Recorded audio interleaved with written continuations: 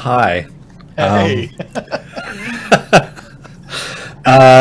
So Bad. no, well, I mean, it's 100% not your fault, and it's likely mine. As I was arrogantly boasting this morning during a meeting, saying that I'm like, if it breaks, I do know how to rebuild everything from scratch. So Yeah. I guess I jinxed myself, but Spoke a little too soon. I did.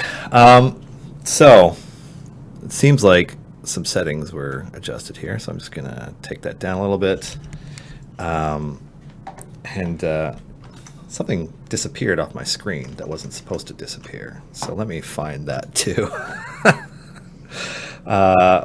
So you've caught us on an interesting day in that this is normally a much more smooth process than it is right now. Not a problem at all. I Yeah. am very adaptable, so whatever Yeah. needs to happen, just You let are. me know. Yeah, you're intimately familiar with working in tech. Very much so. But anyway, so since your face cannot be seen on screen yet, I suppose I should do introductions. First, hello. My name is Dylan, and I'm coming to you live from the safe and isolated confines of Codename Entertainment's streaming studio in beautiful Victoria, BC, Canada. Before we begin, I would also like to thank D&D for hosting us on the official D&D Twitch. It is and will always be an honor to be here. And shout out to Erica and to Margaret and Clive, who are all working to help with everything behind the scenes, trying to help me diagnose some really fun stuff that's been happening as we get today's stream rolling. I don't know why my mic would be hot unless somebody turned a knob they weren't supposed to turn when they were in here last. Probably one of those soft-voiced people that uses this room now. Anyways, so shout outs to those folks, and we have a very special guest whom you have heard but not seen yet. You may know him as Briv Steelmarrow on the weekly D&D Beyond Heroes show, or you maybe you catch him during the D&D Beyond dev updates or some of the D&D live events. I know I ran into him at least the Streaming Many Eyes and the Descent. Or maybe you're a fan of musicals and you caught the musical dev update last week. But either way, I'd like you all to give a nice, warm welcome to Adam Bradford. Welcome, Adam. Yeah, hello. Thank you very much for having me. I appreciate it. This is actually my first foray into Idle Champions because I've been getting this digital tool set off the ground for like the last 3 years, and I haven't played any video games. And then I'm just now discovering that this is the absolute ideal video game for me, because even when I'm not playing it, things are happening. So it is the video game perfect for people who have less time to play than they would like. Yeah, I really am. I think I'm addicted. I have it open right now. I'm trying my best not to look at it right now. So it's all good.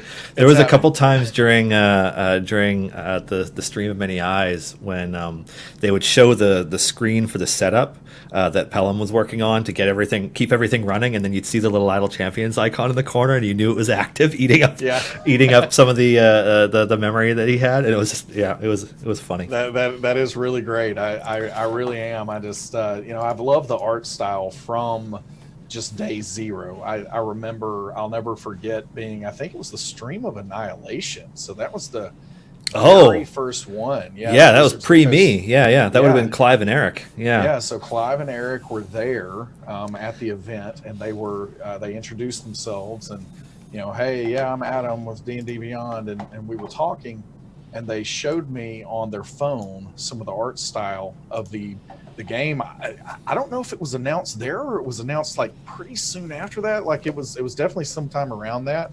And when I saw that art style, I went crazy. I thought it was just perfect, perfect style for a video game. And then of course seeing Briv, this character that I've been kind of hanging out with for 50 plus episodes now, actually come to life in the art style really has just been a dream come true. Yeah, he just skipped an area for me too. I noticed he sprung into the thing. I hear that's a new mechanic or It something. is a brand new mechanic. I mean, our dev team endeavors to come up with completely new mechanics for everybody that comes out, Right. just to keep things creatively interesting for themselves, and also just make sure that the meta is always evolving and hard for players to stick to one specific strategy forever. Right. But yeah, he could skip areas, Yeah, and I love it.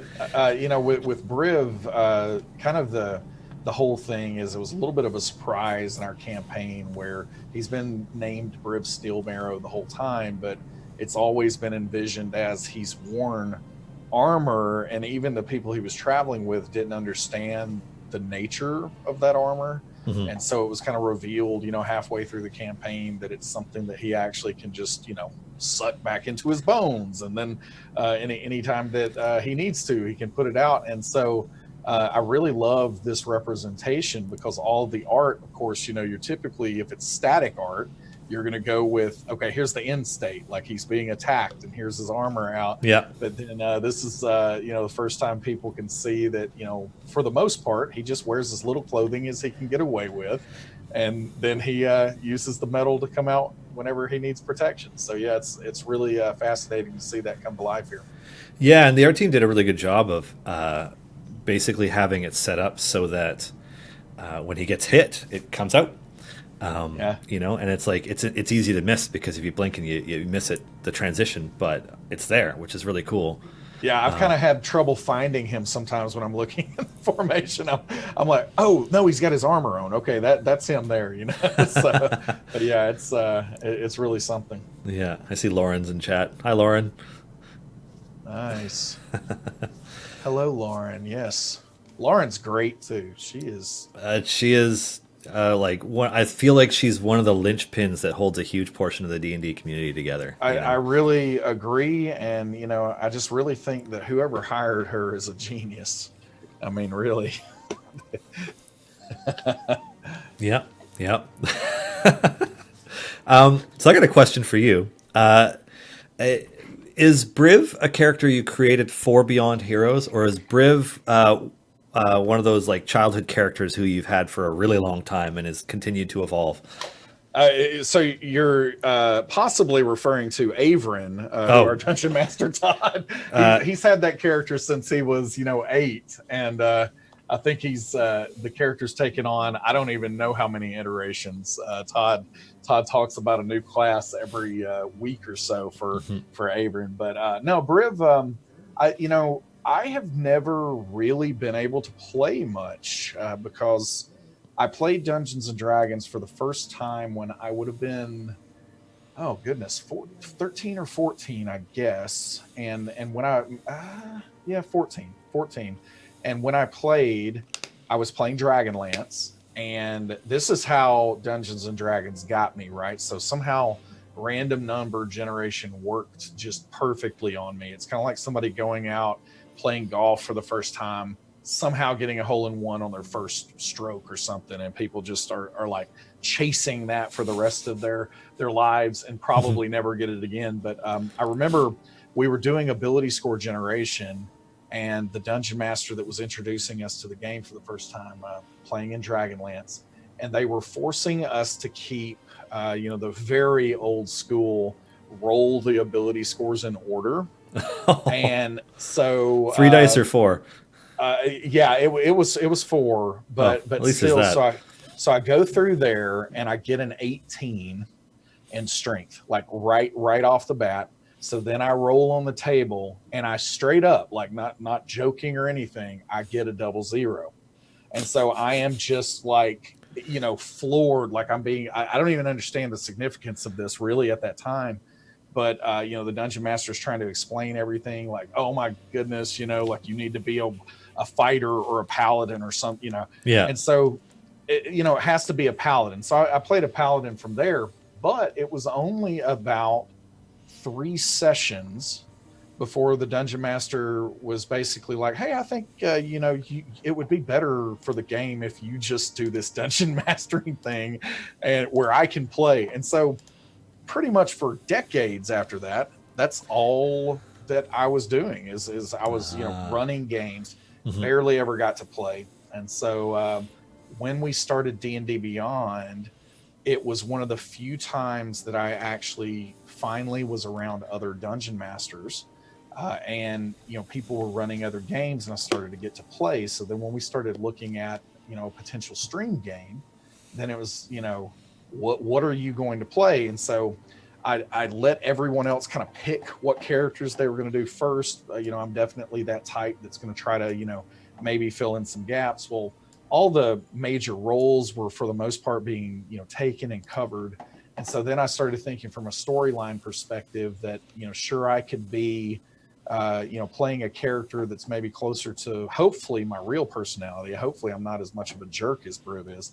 But then I started thinking about but what about that character in a story that is Jane in Firefly, or that is Amos in The Expanse, or that character that most people are not going to aspire to be, but they're really, really good for the story. Because they present a lot of variety. So that's really what happened with Briv, and the reason that he came together is he was very much inspired by kind of a mashup between Thor in the old Marvel comics and Jane and Firefly.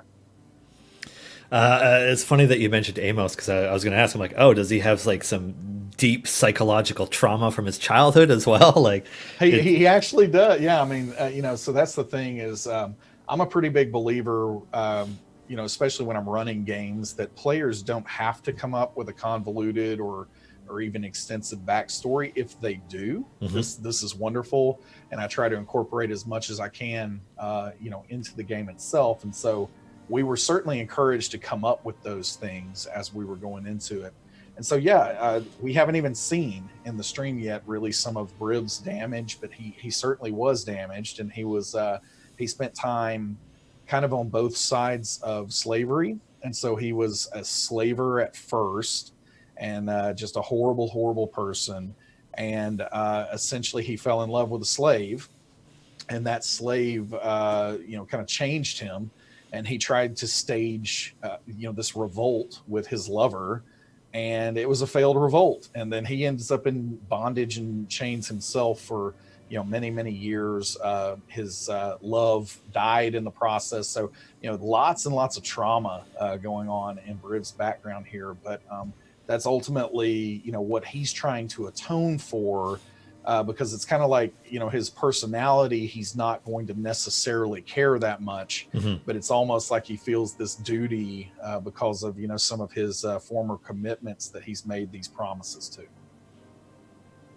And is that something that you're still unpackaging slowly, or? Yeah, it's interesting because, again, at the same time, his ancestors were experimented on, so this was the thing. I always, in most of my D&D games, I'm a huge superhero fan as well. So the MCU is probably, outside of Dungeons and Dragons, my biggest fandom. But I also love comics in every way. I love, My Hero Academia, and I love anything that has anything to do with superheroes. And so when I'm playing D&D games, even when I'm running them, I'm typically giving characters the ability to have something a little beyond what maybe the rules do, even if it's flavor type elements. Because obviously with Briv's ability to have this magical metal inside his bones, at the end of the day, it's more or less called armor. That is what ends up. So it's kind of the equivalent of a magic item, but having that be this innate ability that was the result of these Netherese wizards experimenting on his ancestors. That's something that's a very common element in any of the games that I'm going to run or play in. And so that was one of the surprises was figuring out all of that and what that means for him. There's something that just came out in yesterday's episode, which is essentially that Briv has a family, that he is now a wife and children that he's abandoned now that they've been stuck into Wildmount. Like he didn't abandon them by choice, but he's kind of been pulled into another dimension here, and so he's really, really upset about that. But no one knew that because we took a 5-year break, around, I don't know, episode 20 probably, and so all that happened kind of in that time period. And so yeah, it's definitely this evolving story. And I certainly am not trying to place more dramatic significance on it, because at the end of the day, it's a group of friends around the table playing Dungeons and Dragons. But yeah, these are things that we think about. They're things that I think about every time he takes some kind of action, every time he runs his mouth at someone or gets in trouble or whatever. It's all motivated by kind of where he's come from. Cool. It's funny that thinking about just evolving a character over a long period of time, because I play D&D, but I don't play D&D for an audience. So it's usually just, me and my friends, and, we're drinking whiskey and playing D&D kind of thing. But do you find it to be very different performing playing versus playing with your playing with friends? Yeah, it's a really, really excellent question. And I think that, really what I would say is probably my chief interest in all of what is going on in my job, personal life, and all these things right now. It really is taking Dungeons and Dragons and just tabletop role playing in general into the future. And I think that, as that's something that's on my mind continually, we see the significance of streaming and just how important it is, because Mr. Merles, gives the example of, if you're teaching someone to play baseball, you're not going to give them a baseball rule book. I don't know if you've ever actually seen one of those, but there is no way that you can take that little book that umpires sometimes stuff in their, left breast pocket there. There's no way that you're going to get that rule book and read that and actually end up with what baseball is. It's just not going to happen. And so I remember going through those travails as someone younger, because I said that, I started playing D&D when I was 14. I was looking into it far before that, but I would read a book in a game store, and there was just no way. There was no way that I had the Velcro for any of that to stick to. So the only way it happened was, I go up to the attic in that game store and I see some people playing finally. So, we all learned decades ago just through watching people play. Well, now all of a sudden, millions of people can watch other people play from the comfort of their home with the click of, a few clicks of a mouse. And so streaming has just had this enormous impact on the industry overall. And, new players are coming to the game in droves because of that. And so, yeah, it's something that we think about all the time. And I can tell you that I have home games and I have streamed games, and there definitely is a difference. Now, sometimes people stream games like their home games. And, we see that a lot of times audiences aren't connecting on the same level, because you think about it, when you are with your friends and you're drinking that whiskey, how many inside jokes come up on, what's the inside joke per minute ratio? It's just high. It's really high. All this history that you've developed with that group of friends. Yeah. And so much of the time that doesn't play quite as well maybe to public audiences. But I do think that, something like Critical Role, naturally, I see that they're 5 years old today. So congratulations on their 5-year anniversary. But oh wow, that's today. Yeah, it's been they've really changed things, and I think that what's fascinating about that is, I think one of the reasons that they've been as successful as they are is because they are able to somehow walk that line between performance and home game in arguably, and in my opinion, the best that anyone's ever done it. Because there are elements where there still are those inside jokes, and there's still, but they are just such good performers before they, started maybe playing together in home game, that it really comes out, and it's a very unique product, and there's a reason that they've done so well for themselves. But yeah, I do think there are different audiences typically, for those kind of games, and I think that's what I love about Dungeons and Dragons, is whatever it is that you are doing with D&D, where you are having fun, then it is exactly what it needs to be for you and the people that you're having that fun with.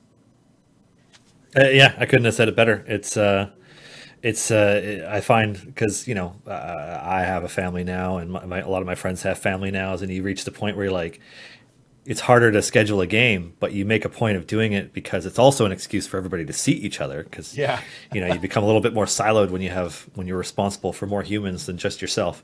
Uh, and yeah, it's a great connector that way. It's Yeah, it really is. And I think that, that's the thing for me is that home game. There's so many times that, I am in that home game and I don't even know if I could tell you what happened for the most part for that 4 hour session, yeah, but I can tell you that my cheeks were hurting because I was smiling so much, right? yeah, And so again, I think that there are many times it's not always the case. Obviously, I'm using some blanket statements here that might not always apply, but I think for me that home game really emphasizes that word home there. hmm And I think for a streamed game, I adore playing with Lauren, who's in the chat. I love playing with TJ and Hope and Jen, and B Dave has joined the cast now.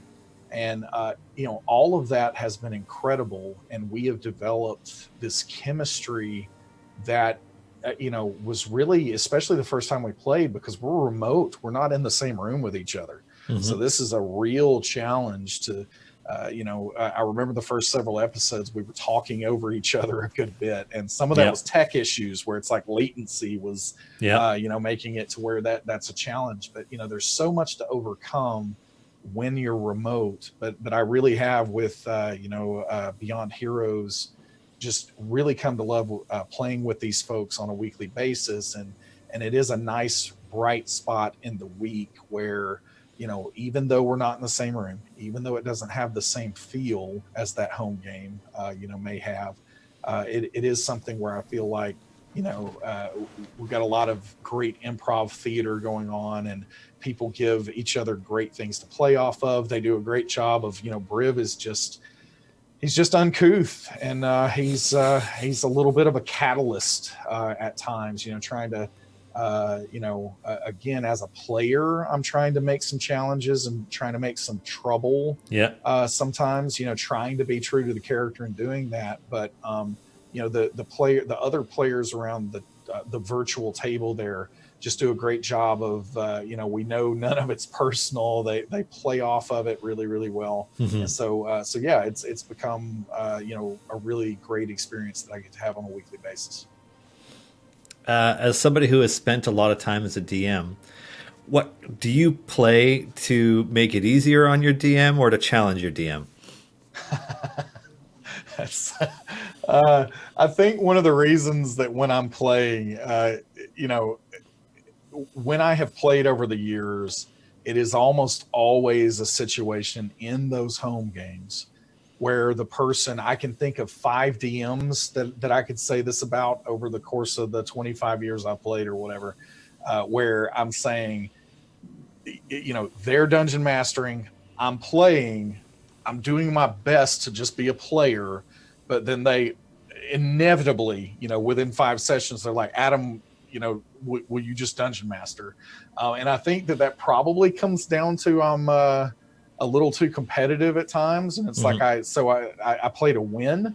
So it's like I am going to. I do have quite a bit of knowledge about the rules. I understand how the things work, and so there's definitely some power gaming as a tendency that I have, right? hmm And so psionics has been one of my favorite parts of Dungeons and Dragons, and of course, this is a hot button issue out in the community. Yeah, yeah, People either love them or hate them, and I am a lover because the aforementioned obsession I have with superheroes. If I could choose any superpower, it's telekinesis, and followed closely by telepathy, right? yeah, So yeah, those would be. I love the character Nate Gray, who is X-Man in the yeah. comics, Age of Apocalypse. So all of that. Love psionics, and so there are many times that I've played in the past where I've chosen psionic characters, and it just becomes a bloodbath when I'm playing, and so the dungeon master, I think a lot of times is just like throwing up hands or whatever. And so I think that that's really key, and that even illustrates, going back to the last question, some of the difference between a streaming group and a home group. Yeah. I just automatically entered a mode with Briv where obviously Briv doesn't win all the time. He actually gets he loses, and he loses arguments all the time and everything else. Because I'm intentionally trying to play a character that is just a foil and a catalyst for the story, instead of trying to win like maybe I do sometimes when I'm playing at home. Yeah, yeah, and antagonistic for the greater good. Yes, and that's the thing. So it's like, it's not that it genuinely is not that I'm trying to pick on the dungeon master. It's just like I want my character to succeed always, and again, it's not that I can't deal with the failure part of it, but it's that I'm going to do my absolute best to make sure that the failure doesn't happen, and so that sometimes becomes hard to handle for dungeon masters. Fair enough. Yeah, it's What would you say? I'm going to turn it back on you. What would you say that you do? I am. It depends on who I'm playing with. So when I play my home game, it's like it'll be me and my wife and one of my friends and his wife, and we're just happy to all be together. And so I'm trying to make sure that my wife and his wife have fun, because he and I can just talk and bullshit and it doesn't matter and we'll be fine. We've known each other for decades, but they are newer to D&D. Right. They spend less time playing it, and I want my wife to have a good time playing it because I want her to want to play more. Because you want it to continue. Yeah, I get you. And so I hope, or I endeavor to set her up to have a good time. When I play in the office, because we play over lunch hours, I tend to play pretty antagonistic characters who, I find it personally very challenging to play a character who is not good. And so I'm playing one right now, and it's hard. It's really hard. So to clarify though, you're saying that you find it difficult to play evil? An evil aligned character I find difficult. Yeah. Being antagonistic I find really easy. But playing a character who, either lacks empathy or is more selfish is something that I find challenging, and so I'm playing one of those right now. I like to, keep things rolling. At the same time, I think that our office game, we lean more into RP than a lot of D&D that I've played, and so it's just enjoying that. But playing a selfish character is weird. Playing a character who doesn't share a lot of characteristics with yourself is really hard. It is definitely challenging, and I think that that's the deal with Briv. Again, there are absolutely parts of the personality that are me. I'm certainly bold, I'm loud, I'm gregarious, in real life and all of that. But again, it's finding those differences where I actually am not as much of a horrible person as he sometimes is, and at least again, I hope I'm not.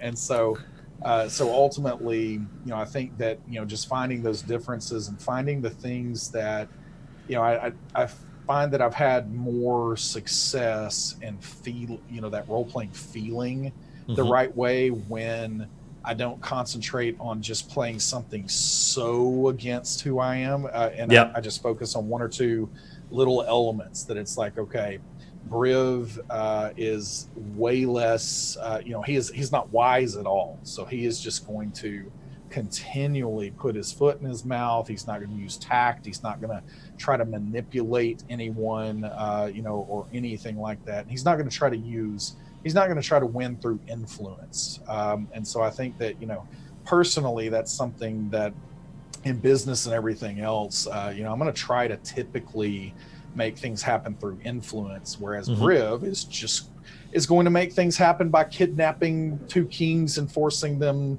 to talk to each other after he kidnaps them, or whatever. So it's going to be a very, very straightforward approach to almost everything. And so that's kind of the focus that I have for that character, and that helps me step into something that I'm not a little bit better. And I think that the other part, I always look for some kind of way, because I certainly do accents and voices when I'm dungeon mastering.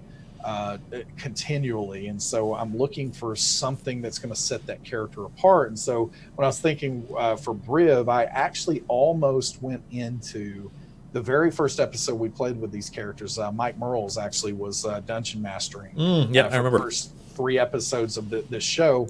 So then Mike gets a promotion, and all of a sudden Mike's time is down to nothing, And so, so we're, had to kind of modify the nature of the show. But when I was going into it, I love the Starz Spartacus series. Oh, and yeah. One of the things that I love about that series is the way that those characters speak.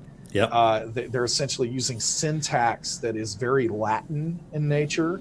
And so they would say, remove foot from mouth and get to work, or, something like that is how they would phrase, get your foot out of your mouth and get back to work, Yeah. And so I was trying for a week or so before I went into that. I was trying to see if I could make Briv speak that way. And then ultimately I was just like, this is too hard. I can't do this in a conversational way. Like if it was written out, of course, but I can't do this on the fly and in a conversational way. And so, thinking through it again, I just kept coming back to playing Thor and the Ultimate Alliance Marvel games, like way back when. Mm-hmm. And I remember the voice actor was just like, he was just over the top ridiculous, thou, thine, using old English. And so that's actually where it kind of morphed into that for Briv. And I thought it would just be a funny thing.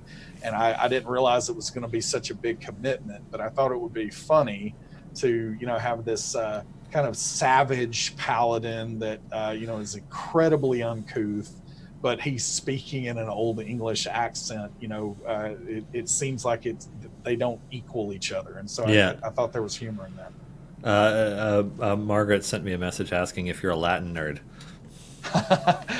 Slightly, just a little bit. So, but yeah, I love, definitely studied Latin a little bit in school. And, mostly I think that what was just so fascinating about that was something that, oh man, I'm going to try not to get off on a tangent here, but the original classic trilogy for Star Wars, one of the things that in my mind set that apart so much from, we'll just say for the sake of not inciting a riot, we'll say any other Star Wars programming for me is what I'll say.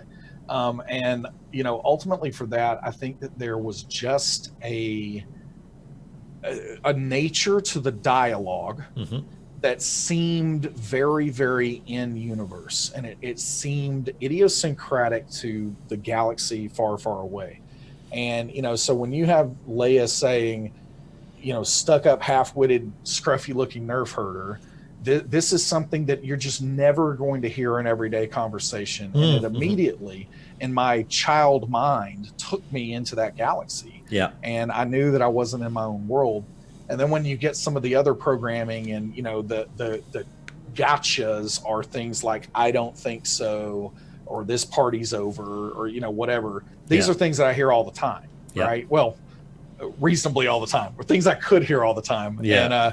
And so, it's like, it just had a different feel to it. So I think that, what I was trying to do with Briv, especially with the Spartacus, kind of Latin approach that I was going to try, was just to try to make it seem like he was other, and that he wasn't, just a human playing a half orc. And like I said, I think it would have been really cool if I could have pulled it off. But I practiced with my kids. That's what I was doing. I would have my sons, talk to me and ask me questions, and I would do my best to answer them in that kind of vernacular. And I was like, no, I can't do this. So, difficult to improvise when you both think about how you have to say something and then what it is going to be. And that'd be a real challenge. But it was interesting that you had mentioned earlier Firefly and The Expanse, in that those are programs that do a very good job of having language be a part of it and distinct.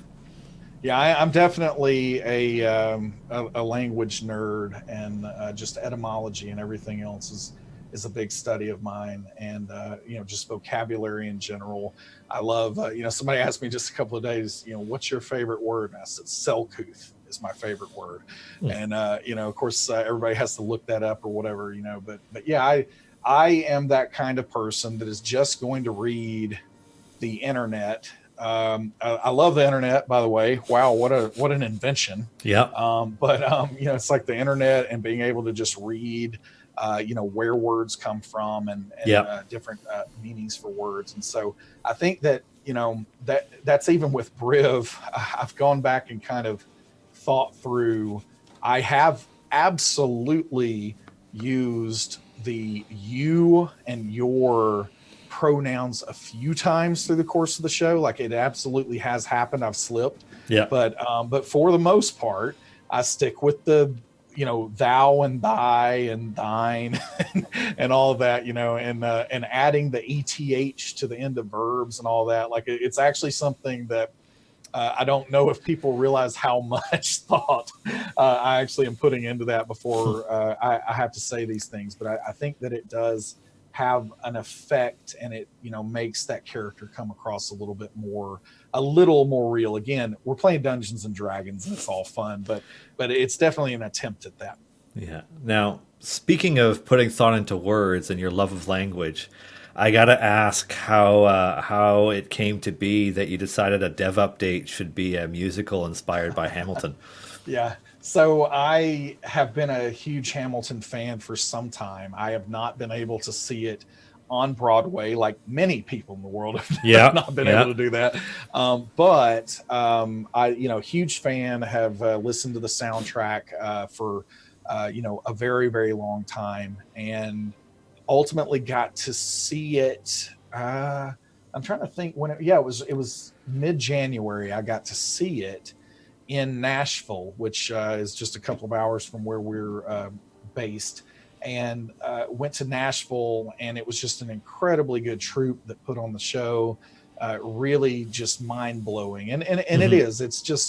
It's one of, I think that theater, and especially musical theater, because I just know what goes into that, is just one of the highest art forms in my opinion. Obviously, art is this wonderful thing where people can have various opinions out there, but in mine, it's just so, it's something to respect so much. It's so actually difficult to do. And, the fact that Lin-Manuel Miranda can sit there and rap, one shot, or sorry, that's my version, my shot. He can rap my shot and do that night in, night out, get all the breathing right, get all the motions right, hit his marks and everything else.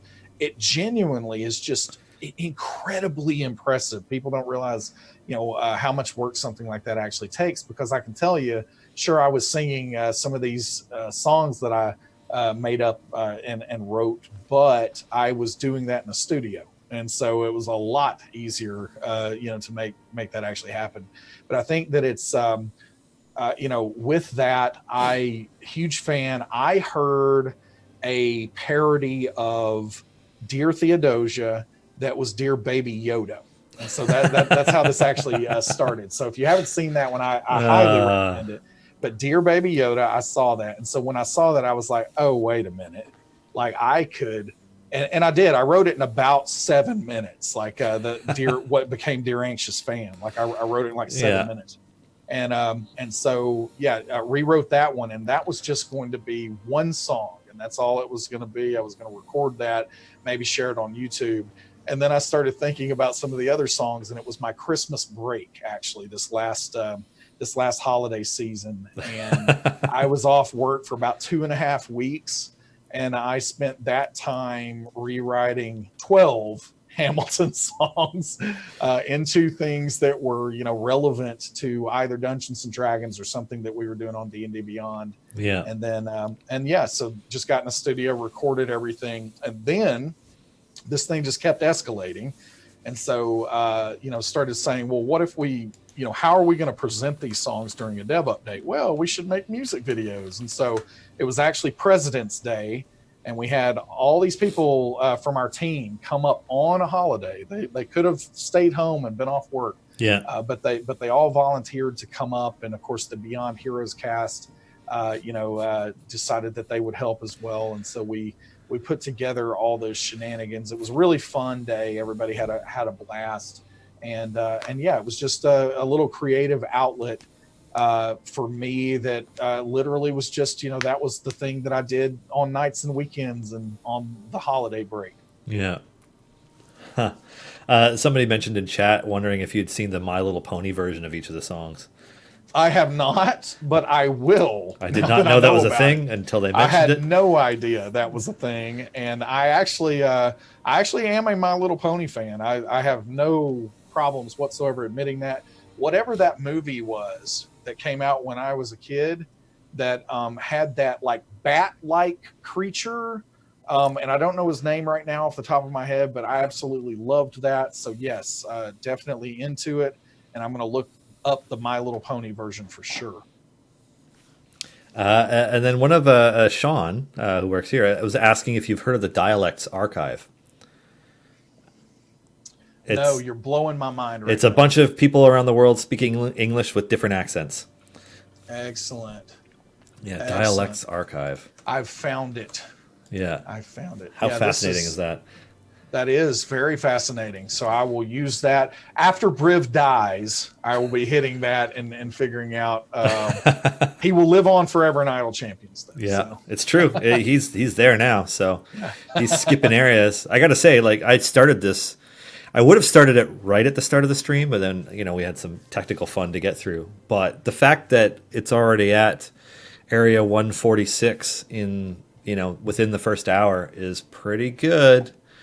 Not using any potions. He's skipping some stuff. He's skipping in some areas, yeah. I've noticed a few times in the background he just hops off screen and then it's a couple areas further than it was. So yeah, good stuff. Yeah, I got to use his. So I did a stream this morning with Lauren Oboe Urban out there, and I got to use his ultimate for the first time. So that was really satisfying to see that, because I've used that recently in the game, actually. Oh, you did get to use it? Oh, yeah. I shredded some crossbowmen. And, awesome. Yeah, it was kind of a massacre, but yeah, it was a lot of fun. So it's funny because I remember when you were talking to us about it, because we have quite a bit of lead time on these characters. You hadn't done it in game yet when you mentioned it as a potential exactly. ability. Yeah, so. I said, this is something that we're kind of waiting for, and what's really funny about it is I think the thing that I was waiting for the most was the fact that we actually don't get into that much combat in Beyond Heroes because we're doing so much role play.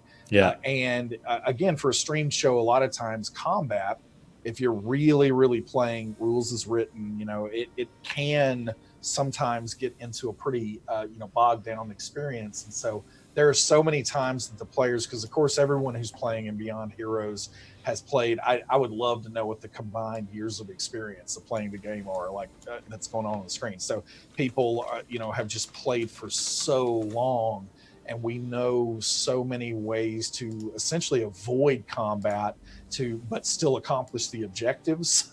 And so that's the thing that we're trying to do a lot of the time. And so I actually had not used anything like that because I didn't really have a great scenario where I had multiple enemies where I might try to do some kind of area effect thing. But I saw my chance to do it, several episodes ago, and made that happen.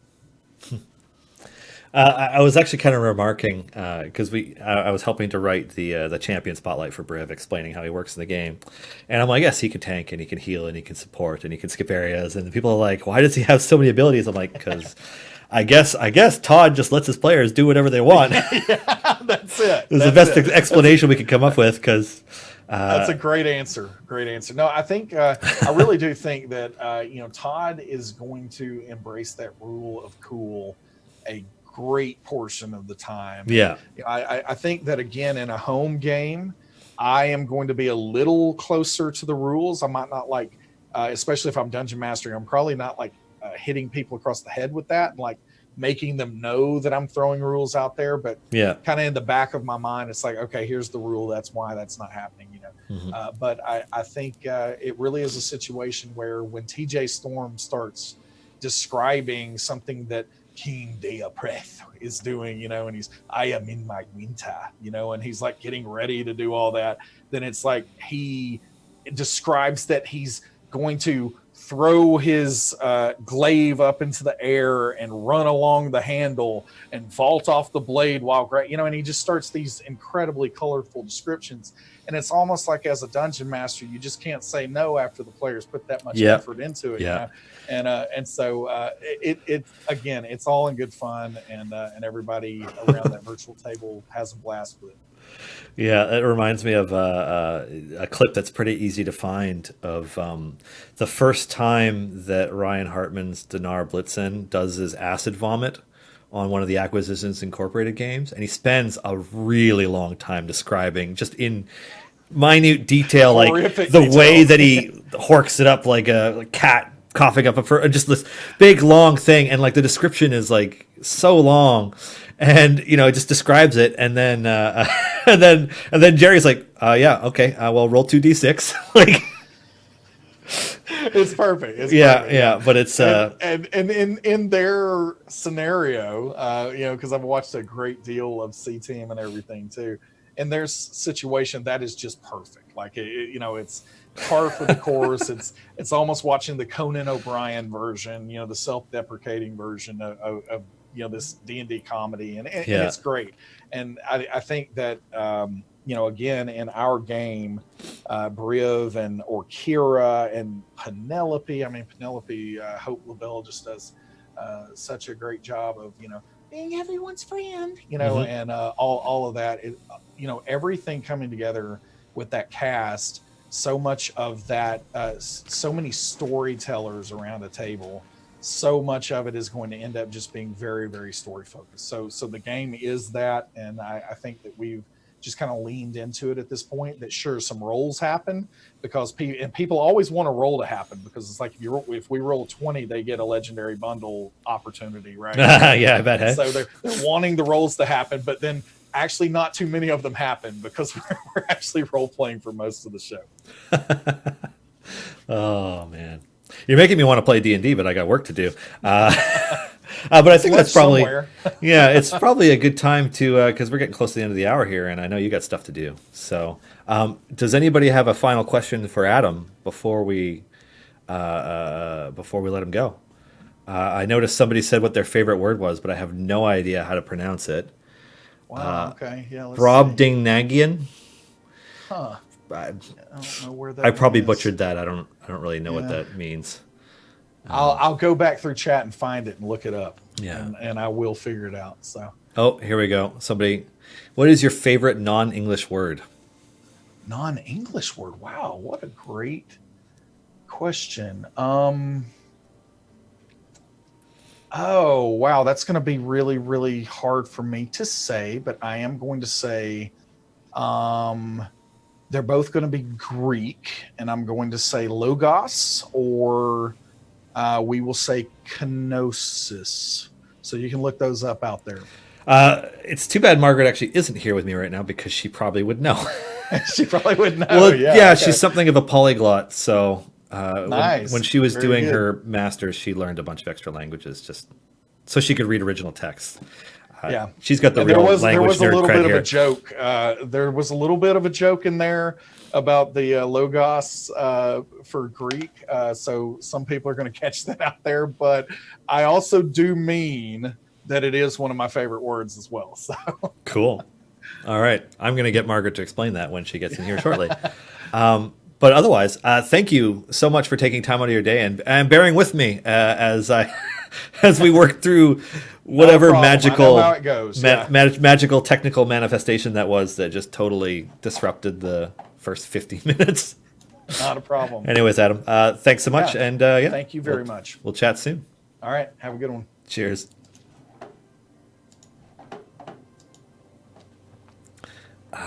Yeah, that was fun.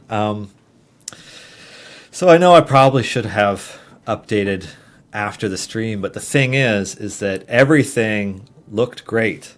And then something very interesting broke that I could not have tested in advance. So that was fun. I'm just going to let Margaret get ready here as I swap things over. Yeah.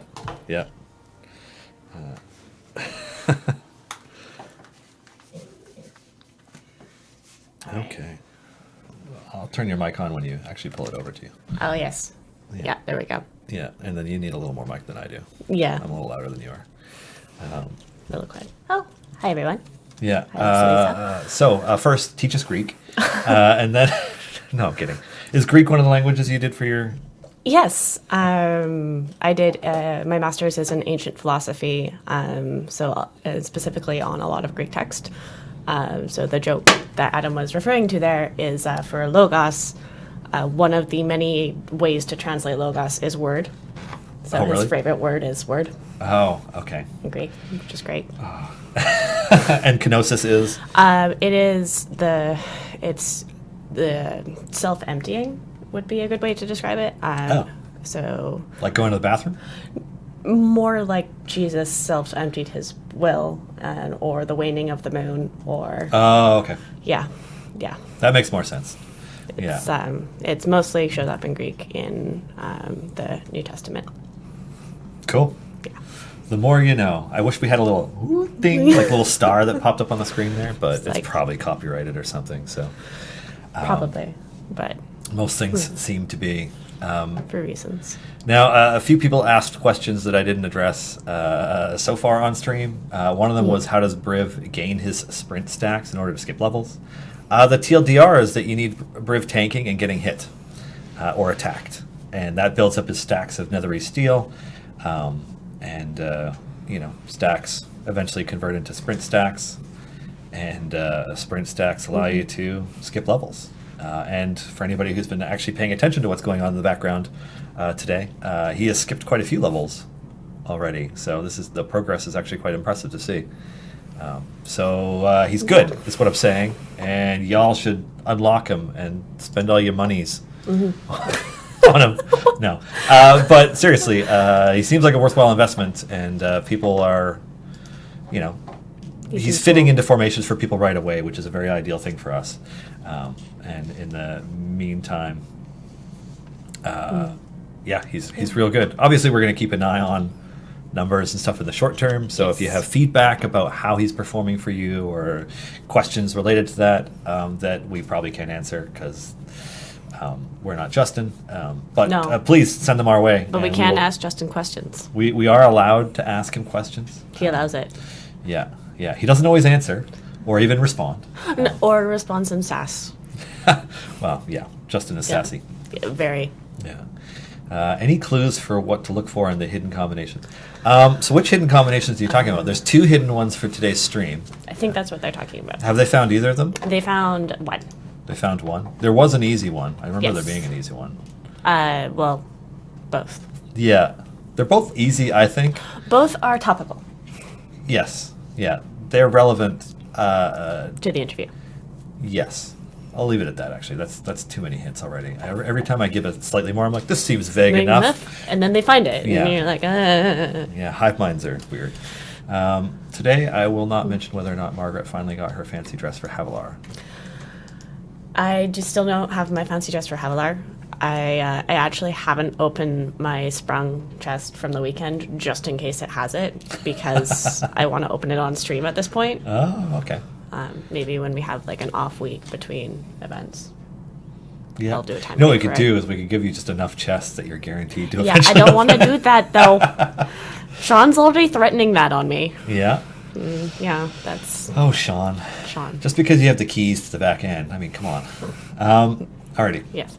Garwar's question. For clarification, when you surpass 100% chance to spring forward with Briv and you go to 50% chance to skip 2 levels, does that mean you are no longer guaranteed to skip at least 1 level?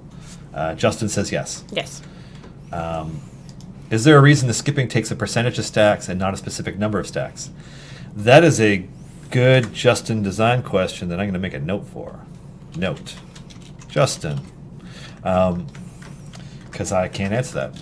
I can't answer the reasoning behind why Briv was designed the way that he was designed, because Justin did it in a fevered haze after, eating Don't say favorite mushrooms or areas. something. What? I don't know. I don't know how Justin's design process works. I mean, it could be anything from, he. Wait, no, No. those are all bad things. Don't do drugs. Anyways, yeah, I'll wait and see what his response is. Can you please check how many levels he skipped at your run now and what the percentage says? Sure. I presume I can click on Briv and find that in his formations box. Bum, bum, bum, bum, bum. Areas skipped 50. Ooh. That's a lot of areas skipped. Manny. Yeah, to think I could, add some other characters that speed things up, and there are options. Oh yeah, that's another question that the community had, if we would be adding a speed tag. A speed tag. Yeah. Oh, like tanking, healing, support, speed? Yeah. Not something we're planning to, No. as far as I know. Likewise. Yeah. Garwar, since you can manually stop the increase of Briv's percent chance to trigger a spring forward at 99% or close to it, this creates situations where you can put Briv in right before a difficult boss fight, for example, Valindra when unlocking Dragobate, and skip the fight entirely. Is this an intended effect? So, I have both a Justin response here, but also a previous time getting a Justin response on this one, in the sense that, so yes, it is intended. Oh, excuse me. I haven't had enough fluids today. More fluids is more better. Yeah. Yes, it is intended that Briv be able to skip boss areas, but it's something that we're still monitoring and we may tweak further. Obviously, the Valindra fight for unlocking Dragonbait, especially in that, was it area 400 or 450 or wherever it is nightmarishly tough for a lot of players, and this would potentially give people a way to easily skip that encounter. So, it's something that we're looking at, but we don't have any official plans to change anything yet. Briv's been out for a day, so we have a bit of time, we feel, to pay attention to it. See how he shakes up the meta. Yeah. If you have Briv, you don't need to skip Valindra. Does being able to skip big boss fights concern you? Specifically, character unlocks or variant completions? Same answer, more or less, Dave the Aztec. It's, it's something that we're monitoring. And player feedback is really relevant for this, too. We want when people are writing review threads or posting on the Reddit or Discord, discussing this kind of thing, to give us feedback. Is this something that players overwhelmingly want removed? Let us know. That question's for you. Oh, Zeke is asking, how is my 2 o'clock coffee? I did not go for coffee at 2 o'clock today, because at 2:01 I was on stream, so that the Starbucks is quick, but not that quick. Yeah. I did go for 12:30 coffee, though, and it was very nice. Yeah, I came in here to make sure everything worked, and failed. All right. Another follow-up Garwar question. Would you be open to making it so Briv cannot skip the area required to complete a new adventure or variant? This leaves it usable for free plays, but prevents completely skipping the completion requirements for adventures and variants. Justin says that is not a bad compromise, and he'll keep it in mind.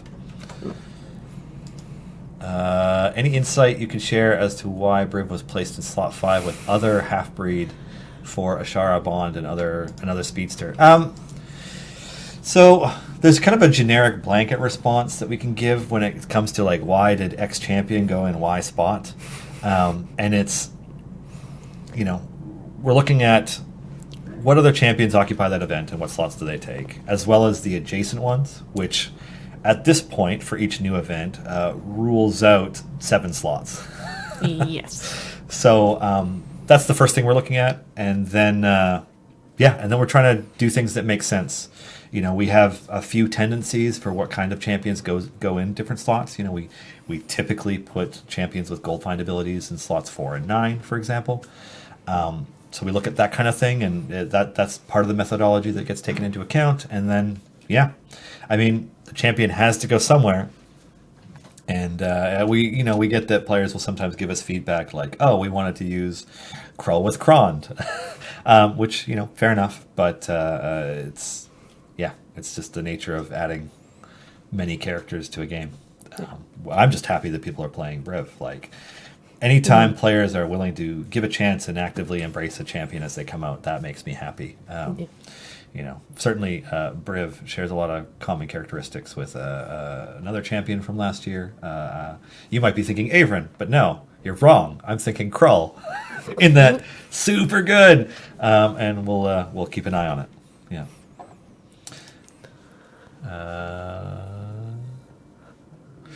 What is the behavior of Zorbu's lifelong enemies when an enemy has multiple tags? For example, if Zorbu hits a drow/humanoid, does it apply just one, both?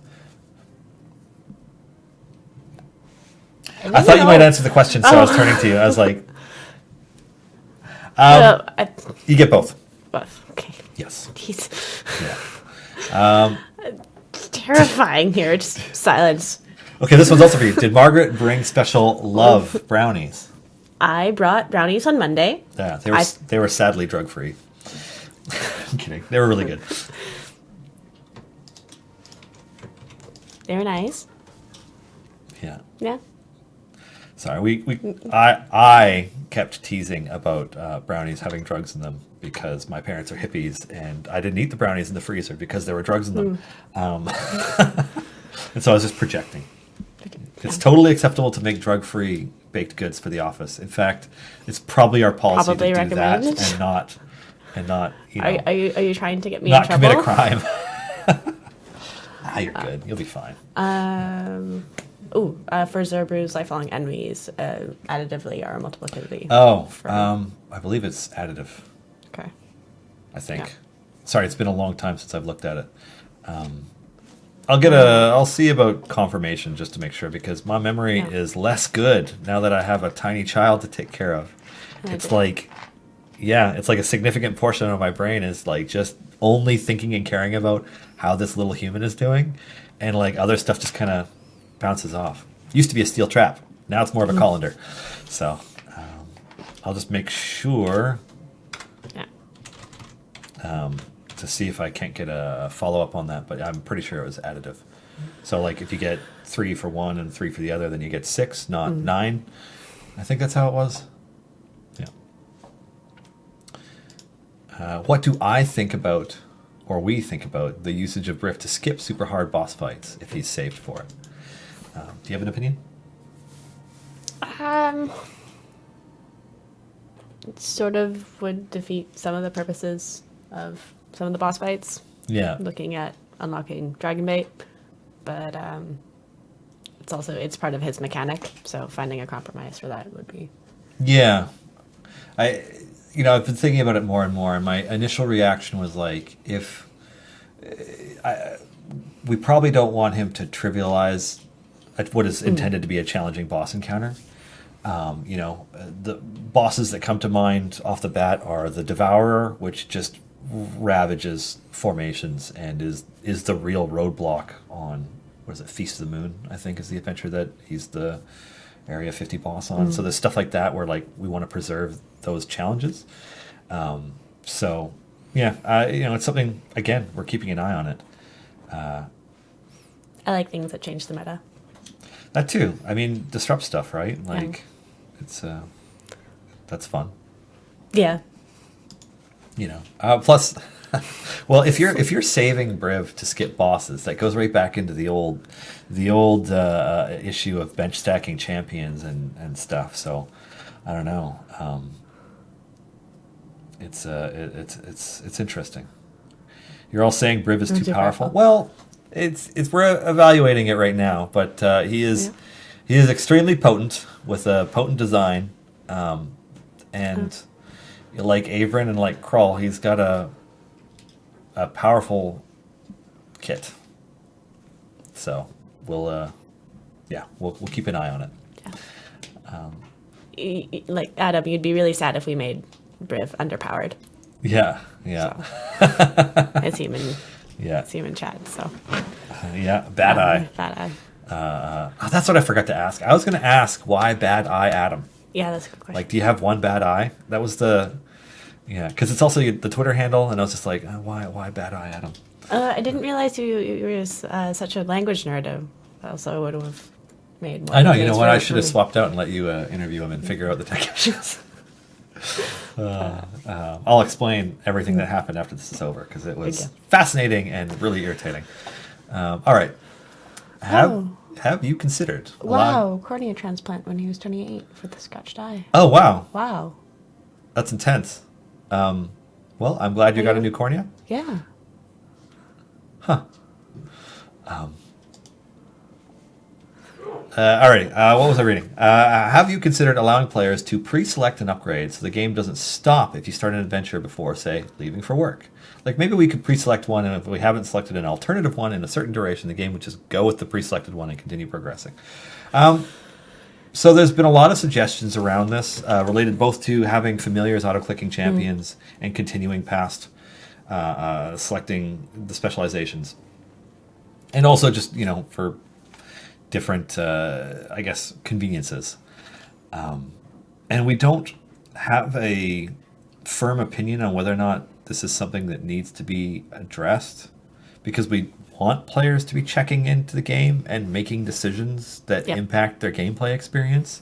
So there's that part of it. And like, where is the line for when something is,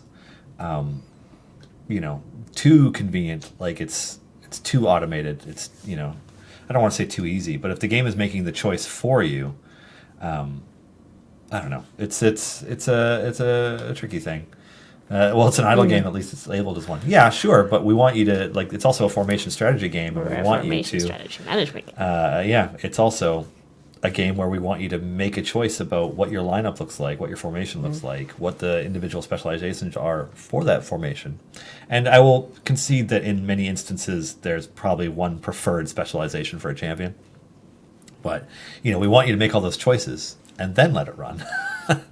So, but with Modron automation, though, that's a great question, and something worth, bringing up this discussion with that developing thing. So I'm just going to make it.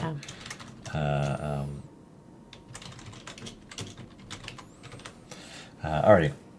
Will Briv later be affiliated with Averin? That's a great question. I don't know that we've decided yet, but is Averin really on anybody's side other than Averin's? I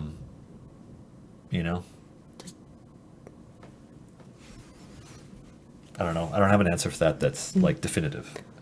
So, yes. Yeah. Anyways, already.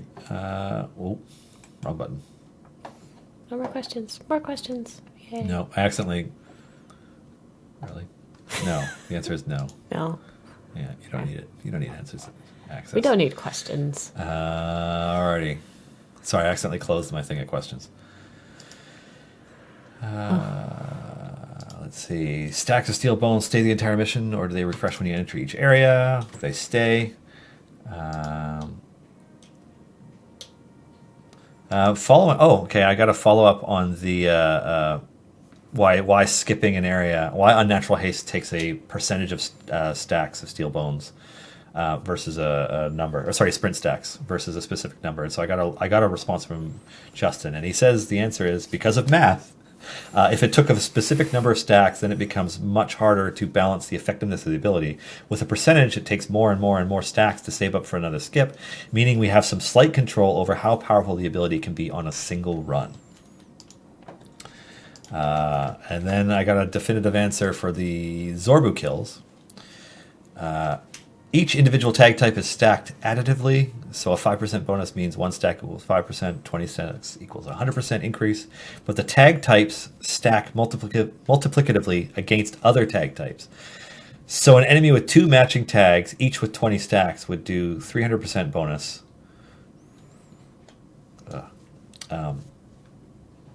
Yeah. Now I see why players are like, can you post a transcript? And I'm like, we don't have time to transcribe 2 hours worth of streaming. But we could do an extension for at least closed captioning. Yeah, so Megiddo, I'm just going to post this in chat. Yep. Yeah.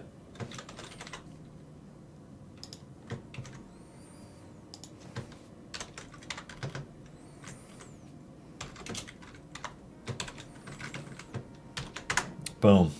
Posted in chat. Alrighty. Akiana Shark. Akiana Shark. Akina Shark? Akina? I don't know. Sorry. Would it be difficult to make it to where you cannot skip boss areas since they fall quickly anyway if you're powerful enough to plow through them? It's something to consider. As characters become more numerous, are there any plans to add a slot 13? I think if we did that, we would skip 13 and go right to 14 because 13's no. That's something that crops up in discussion every once in a while, whether or not we want to increase the number of slots. And right now, we don't have a definitive plan one way or the other. There's some other things that we're focused on, namely, Modron automation and multiple adventure mode. And those other things. You can't spoil that. What? And other things. I'm so spoiler. Yeah. Hashtag spoilers, yeah. Are we going to get backstory adventures for characters? Not beyond... So, it's a good question. That's a hard thing to answer. So, for event champions, not really. At least not beyond the variants in their event. That being said, will other characters get backstories? I mean, yeah, there are characters whose stories are integrally part of different campaigns, and they will be included in those in some ways, yeah, so it's kind of a thing, but like if you're wondering whether or not we're going to go back and like, hey, we should do some extra adventures to introduce different characters or who they are or whatever, that will almost definitely not happen. Yeah.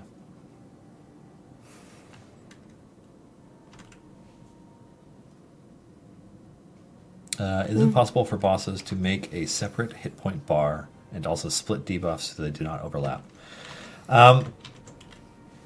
That's a good question. I'm not sure I understand the first half of the question. Yeah.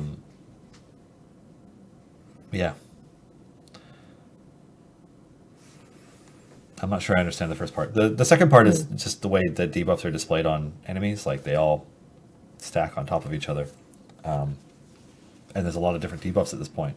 When we first started doing it, there were very few debuffs. I think one of the first debuffs that stayed perpetually on an enemy and stacked up was Warden's Hex. And then we went down a rabbit hole of debuffs where now you can stack debuffs, and now that's the meta. They're super good. Whoops, sorry. My bad. Kind of. I designed Warden's kit, so that's my fault. Although I'm pretty sure when I designed it, Hex didn't stack. That was Justin being like, well, let's make this better. Cool. Yeah. Anyways, so I don't know that we're going to do anything to arrange the way that debuffs stack on an enemy. But there might be something else that we can do to make it easier for you to figure that out. Will there be more champions with abilities similar to Briv, Zorbu, and Black Viper with lifelong abilities? It's always a possibility. We release one and then you ask for more. Yeah. More. Yeah. They want 5 champions to come out per event. I wouldn't even want to write about that many champions at a time. Never mind what the art team would do. Yeah, that'd be a lot. Alrighty. What unusual races will we get to recruit? Anything weird? That's a good question. Define weird? Yeah, we don't have a lot of non-standard races coming in the immediate future.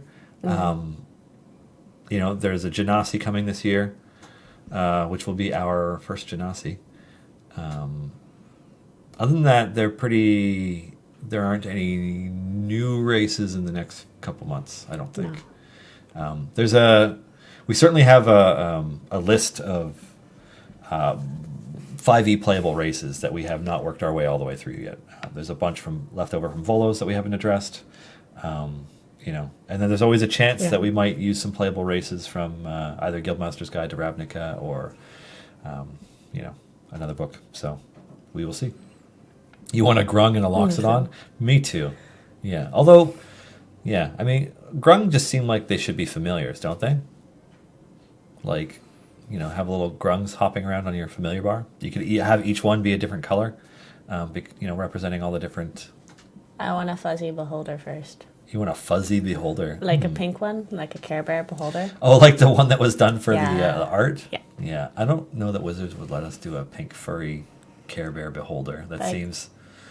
I mean, I know Hasbro owns all those things, so I guess it's technically possible, but I think it might be beyond us. Margaret's pipe dream. Yeah. Pink fuzzy beholder familiar. That would be cool. Alrighty. If Briv skips the final boss in the game, do you have to start from 51 and work to getting back to him again? I mean, if he skips it, you just make the progress. Yeah, that's really it, currently. Are we going to see some of Briv's friends sometime soon? You will see more of them this year, but beyond that, I can't say. Formation Strategy Management Champions of the Forgotten Realms just doesn't have the same ring. It's true. Yeah. Part of the reasoning behind being called Idle Champions of the Forgotten Realms is we wanted Idle in the title so that players who are familiar with Idle games would have a rough idea of what to expect from the title right from the get-go. Be like, oh, Idle. Oh, okay. Just so that to set an expectation going in, basically. The game has evolved. There are quite a few decisions that you make on any given adventure now. Familiars allow you to automate a little bit more of it, but... Then you have the section called Active Champions. Yes, we have active champions. We have bench stacking. We got it all, But it's, I don't know, I like that you can kind of set it up, fire and forget, or if you want to take the time to sit down and actively play, there is benefit to you doing that if you want to. So, I would say it's both. Is there a way to have the program remember its on-screen position after exiting? I don't know. Wouldn't that be a UI thing? Yeah, I don't know, Phineas Burrows, but I will make a note for David to see if that's something that can exist. Oh, we're answering questions slow. All right. Faster. Oh, okay. So what Kanbei Taman had meant was that they wanted the boss's life to be displayed on a separate panel at the top, not under the boss like every other creature, but like somewhere else on screen. Thinking about, there are quite a few games, MMOs, etc., that do that, where like the boss's health is there on your screen and somewhere where you can always see it, regardless of anything else that's going on. I mean, that's a possibility. I can pass that suggestion along. I don't know if it's likely to happen, but yeah. Will we have blessings or patron perks that increase the power of click damage? That's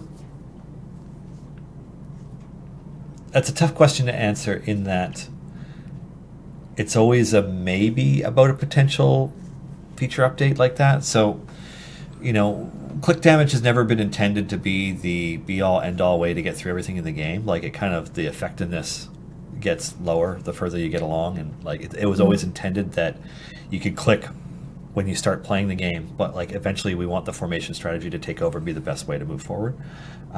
So that's one thing to take into account, but that doesn't mean that we're never going to add more, blessings or perks or ways to increase the effectiveness or adjust or change the effectiveness of clicking. So that's a great big hard maybe. Anyway, the tutorial will be updated with all the new features added to the game, or a compendium of sorts to explain things such as armored health. So, without getting too far into it, we are aware that our tutorial is not as up-to-date as it could be, and that is a barrier of entry for some players, and that it could be better optimized to include more features. I don't know that we will ever set up the tutorial to go over every aspect of how to play the game, because it's a big game with a lot of features at this point. But updating the tutorial it's something that is, I guess, on our lists. We've done some research into it. as well. It's something that our analytics guru has been digging into for a while now, and exactly what changes are going to be implemented, not in a position to talk about yet, but it's on our minds. Do you want the next one? Well, I don't know your answer. Circumfox, which character would each of you like to play as? You go first. Which Cosplay character as. would we cosplay as? I would cosplay as Warden because it's a mask and a cloak, and that's super easy. Because I cosplayed as a flame skull once, and it was a pain in the butt. Yeah. Yeah. What about you, Celeste?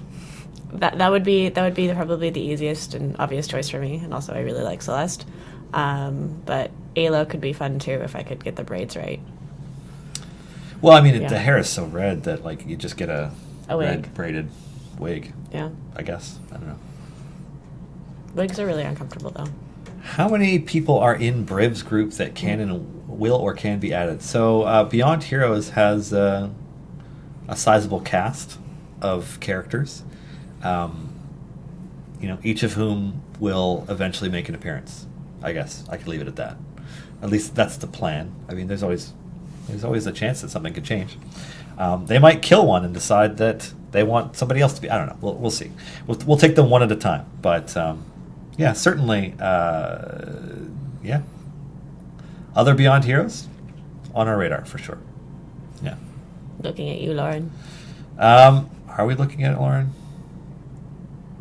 I mean, We could. Well, Yeah. we probably literally are through a screen. I'm just like, wait, who is next? I'm trying to remember. Like, I don't know who's next, but yeah, the person holding the reins to the order in which characters are added to the game and stuff is not us. no. And I am loath to answer without his permission, but yeah, there will be others. Let's put it at that. When will we get Elminster? No comment. Weekend buff spoiler. Checking. Nothing. Let's see. Celeste, Ashara, Black Viper, Artemis, and Cathris. Yes. And 11 or 12 champion formation would be cool. Yeah, I think that would be interesting for the right scenario. It's a pretty monumental increase in overall power for a formation to have another champion slot. So, it's not something that we would want to do all the time. But yeah. Why players are forced to convert favor after an event closes? To make you use it up, basically. You are able to continue earning favor right up to and until you convert, and we want it to be converted because a conversion is a potentially exponential increase to the amount of favor for a campaign. So yeah, it's just we make you use it so that you don't forget to use it, And so you can't bring it to the next event. Yeah, you cannot use it in the next event because that would shenanigans. Mad hacks right there. Yeah. I'm just gonna skip past that one. Like one bar for armor, another for the barrier, and another for HP. Oh, for the boss thing. I mean, that's a potential way of looking at it. I'm not sure exactly what we want to do, but yeah. Oh, Garwar. Will any champs touched during the Year 1 Part 1 update get touched again for the Year 1 Part 2, or is it just the ones that weren't touched the first time? We're primarily focused on the champions that weren't touched. Yeah. Untouched first. This sounds bad. Champions that have not been Buffed. We'll get buffed first. changed. Updated. that have- yeah. Makeover. Yeah. How about a champion named NPC who just dies and resurrects? It's a little bit more meta than I'm hoping for. Does Ashara bond with Zorbu in any way? I can't remember. Isn't there a short folk bond that applies? I think there is.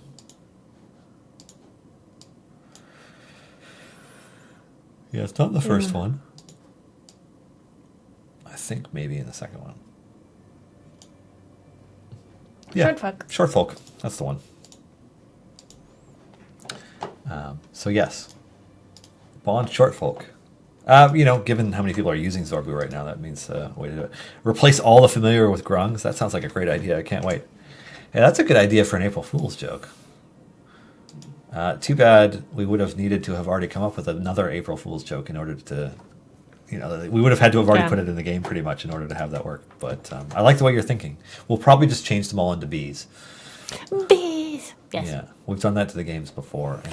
Oh, people didn't like that, did they? No, they still remind us that they didn't like it, and it was years ago. I still maintain that it's hilarious. But yeah, if you skip a boss, do you lose the gems? Nope, you get them. What is bench stacking? What is bench stacking? The long and the short of it is that there are a number of champions who have abilities, specifically debuff champions like Ayla or Warden, that persist on the battlefield even after you move them out of the formation. So you can swap champions with debuffs in and out of the formation to get the enemies as debuffed as possible before, swapping to an optimal DPS formation to just do exponentially more damage. So it is bench stacking currently is the key to getting to the very furthest levels of progression. So that's kind of it. It's not something that you need to do in order to get through everything in the game. It is especially helpful with challenging adventures and variants like unlocking Dragon Bait, debuff stacking on the boss and then swapping to another formation. Works for stuff like that. So that's what bench stacking is. It's an unintended mechanic that we've created for the game by basically giving players a lot of incentive to do it. And I'm not sure if it's something that we're kind of in a spot where we're mostly happy with it. And we're not unhappy enough with it to do anything to address it. So there's always a chance it'll change. But it allows you to do some stuff that was never an intentional part of Idle Champion's design. We never considered the idea of bench stacking before it was a thing. So, yeah. As somebody who plays a lot of games and a lot of live service games, I always I've always run with the exploit early, exploit often mindset because you never know when something will change. So yeah.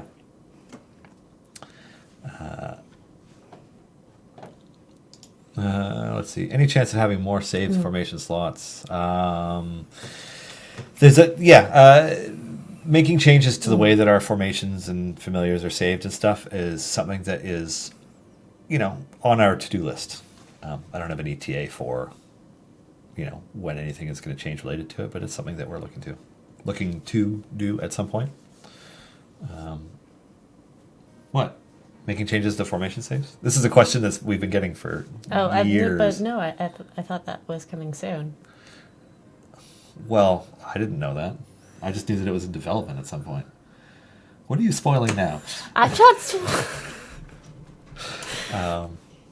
Yeah. Coming soon can mean anything between, tomorrow and 3 years from now. There's no update coming tomorrow. No. Yeah.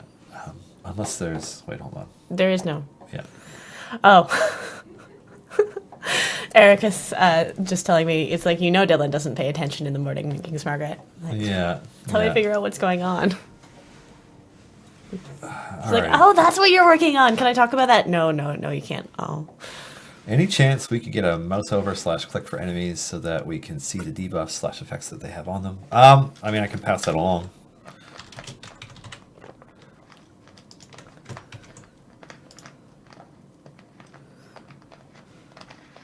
Any update on why Krull's plagues disappear when he is moved around in a formation and not when he is benched?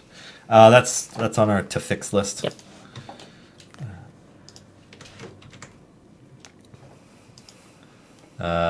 You've been playing too much when you click in the middle of Dylan's screen trying to get the gems. Just let her be. It's gonna progress along.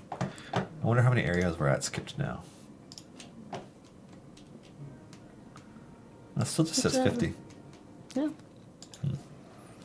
I wonder if it's lifetime skipped areas as opposed to the skipped areas as adventure. Because I don't think he's jumped 50 times. I think it's probably lifetime. Yeah. Why is offline progress so slow compared to online? We think it progresses at a pretty quick rate, all things considered.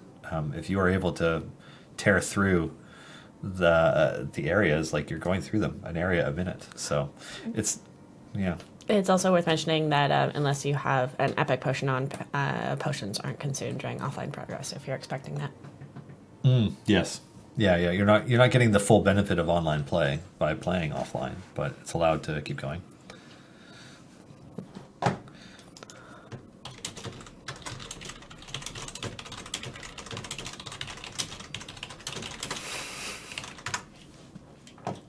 Alrighty. I'm getting sassed for spoiling things on our company communication channel. Since a growing number of characters have abilities based off of the alignment of other group members, is there any possibility of getting an option to quickly view a character's alignment? That's a good question. It's not something that I think we've even thought about. So I'll pass it. Wait, no, that'll be... Pass that along. Yeah. Would it be possible to arrange for champions across the bottom to be smaller so that they can all be on screen at the same time? That is a suggestion we've had a number of times, and it's not something to... it's not on our to-do list. Like, if you're playing the game in a higher resolution, they will all be there, and if you're playing in a lower resolution, the UI will not shrink and adjust in order to squish everything on. It's not the way that the game is built. It's not something that we're looking to change. Feedback's feedback. We can always pass it along. How do you use Briv once you unlock him? You put him at the front. He's in slot 5, where Calliope normally would be. So, over here. So you just swap to him. And then, you put him in front and laugh maniacally as you make more progress than you've ever made before. How about using natural 1 dice as April Fools? Nat 1 dice? Well, what do you mean? Not a lot of dice rolling going on in the game. So, yeah. I'm not sure what using Nat 1 dice means. Will we be getting more colors for the clicker energy attacks in the future? I'm loving the green one. We're glad you like it. Maybe. It was an interesting door to have opened. We haven't honestly decided how far down that rabbit hole to go or not. So, it could be. I want a lightning attack and a snow attack and Oh, geez. Yeah. Instead of bees, might I recommend squirrels? Those. We have animated squirrels we could use instead, I suppose. But the bees is just obnoxious in a way that annoys people more, I think. So, for those who don't know, in Crusaders of the Lost Idols, our previous game before this, if a graphic was missing or didn't show up, it would be replaced by a bee. And then the April Fool's joke was that they just replaced everything with bees at one point, and people were livid. Which, fair enough. They couldn't tell what they were doing or which character was which. Like, we get it.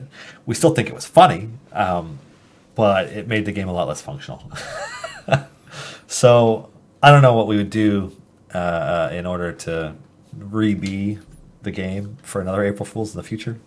It would be cool to have bees that all looked a little bit different, like each champion, but that's an art nightmare that we're never going to do. So, I'm not sure what we would do. But said B graphic does show up in Idle Champions sometimes.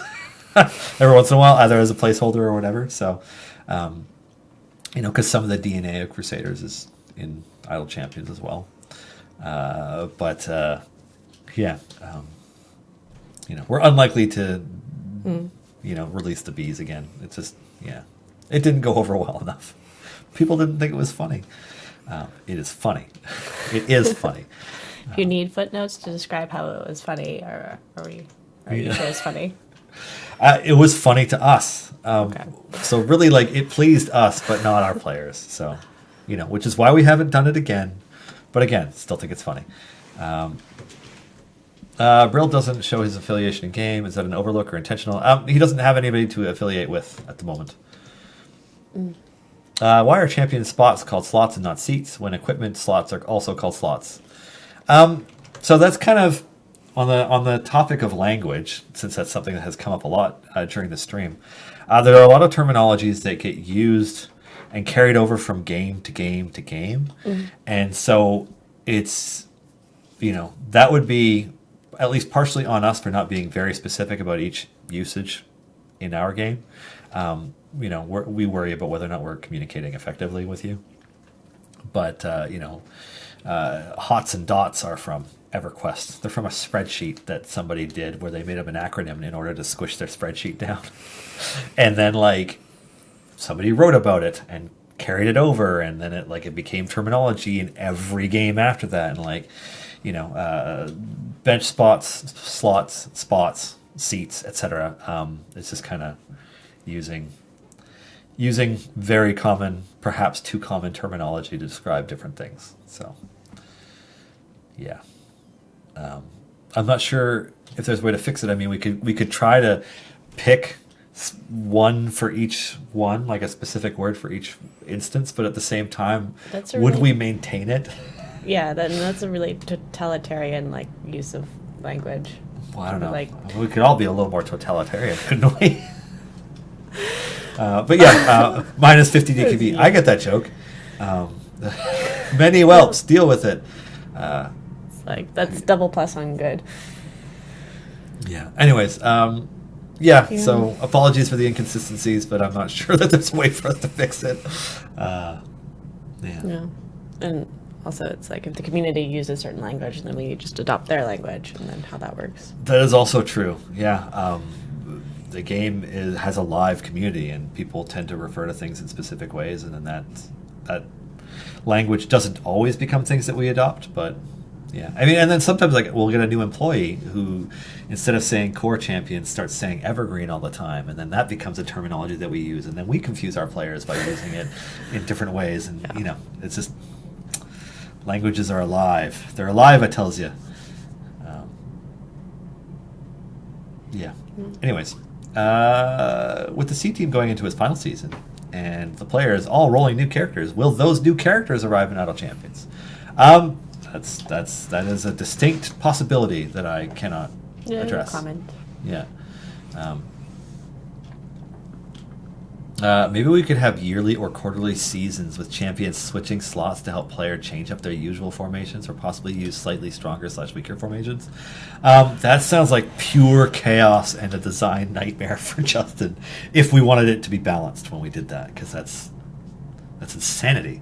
But you can be the change. You can change up your usual formation. Yeah. I'm going to pass that along, and I look forward to Justin's no, or whatever it is that's going to happen. Because that sounds insane.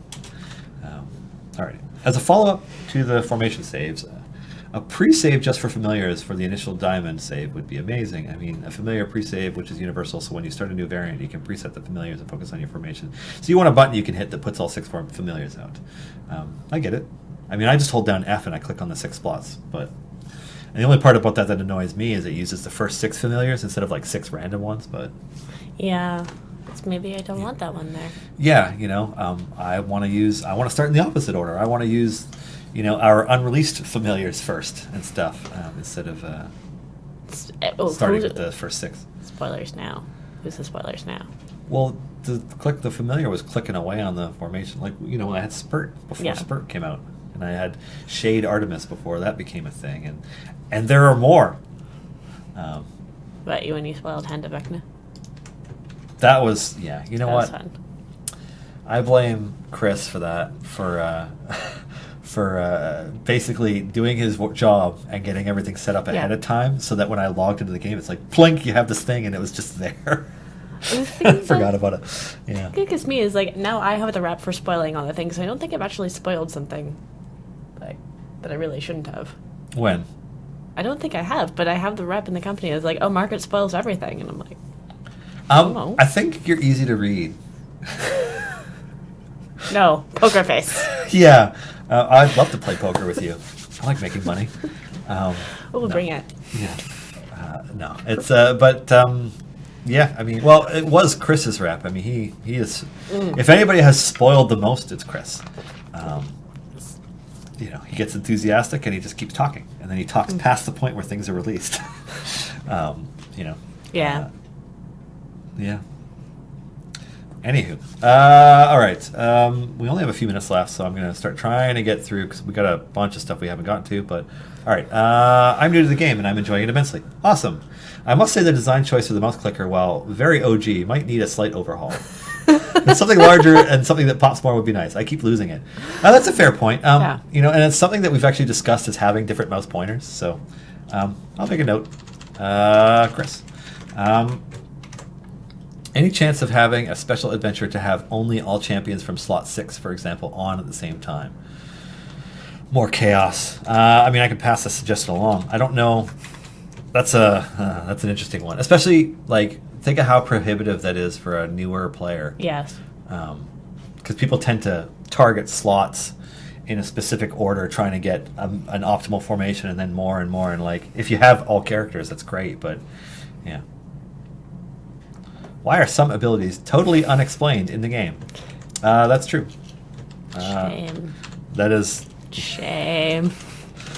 So that's something that we have attempted to address at least partially with things like the advanced effect descriptions.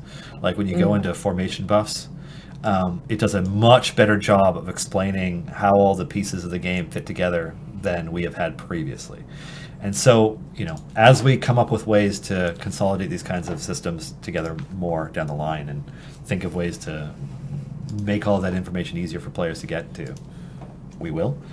But yeah, like, it's a work in progress. What can I say? Given the gold chest exclusivity of feats, could you please add a method to purchase more than one at the same time with gems? I will pass that feedback along. Have you guys thought about some kind of buff bar at the top that shows maybe some kind of character portrait that on hovering or over-clicking showed how many people are affected by their buffs or debuffs? I know there's a formation buffs menu, but it blocks out the game and is sometimes awkward to go through when you want a certain information.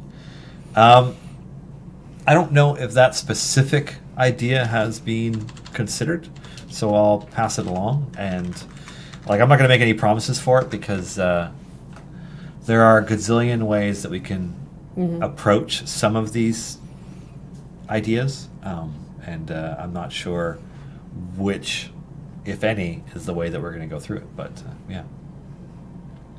Hi, do you know if there are plans to add more unique items to patron stores? I just want to know if there is any reason to hoard the coins or if I can feel free to spending all of them. We have already updated our patron stores to include more things once. The chances of it happening again are good. So do take that information and do with it as you will. Isn't Krull in a group with Archon? Will he, Archon, get reassigned? So that brings up the topic of champions being affiliated with more than one group, which is something that we have discussed and we have not come to a definitive decision on yet. But it is certainly a possibility.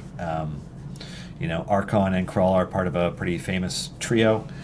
You know, but we're missing one of them, so really. Opinion on the Baldur's Gate 3 trailer. Considering Yartar is really close to Tribor, which had Illithids under it during the Greengrass event, it would be cool if the lore is connected there. So, it's an interesting topic in that. So I am not Mike Merles. I am not the holder of the keys to the chest that is all of the knowledge about what is specifically canonical within D&D and what isn't. I don't know what events or things in Untitled Champions make their way back into the D&D vault, the lore vault, and become official. Just like I'm not sure what Out of Baldur's Gate necessarily has as well. So that being said, what did I think of the trailer? It was pretty epic. It was pretty fun to watch. That animation looked real expensive.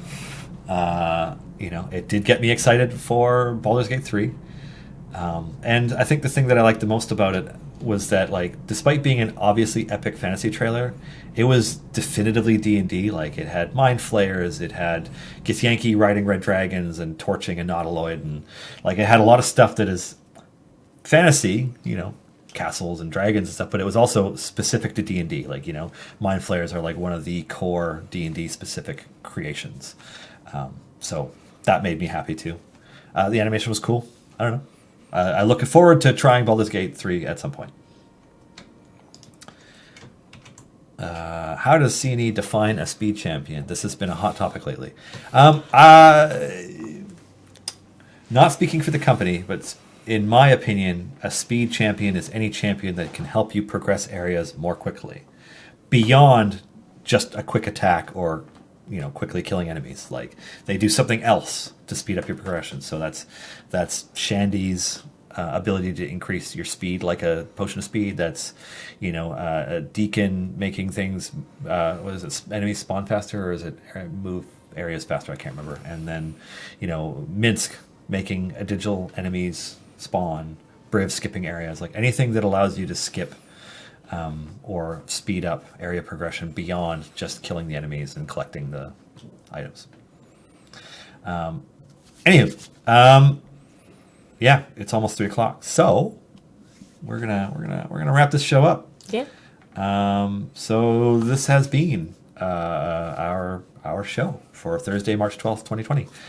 Thank you guys for joining us, for participating in the community, asking questions, etc. This show exists because of a number of amazing people. It exists because of Margaret. It exists because of Clive. It exists because of Erica. It exists because of myself and David, who helped build the setup here. It exists because of the internet. It exists because of streaming and technology and all these cool things. There are a whole bunch of people over at D&D who are working from home this week, I think, Yes. but who have helped with this. Greg, Bart, Pelham, Allison, Shawling, Lisa, probably more folks even than that, who helped make this happen, make this all a reality in this weird internet non-reality reality. Thank you to all of them. I hope you guys enjoy playing around with Briv. We look forward to your feedback.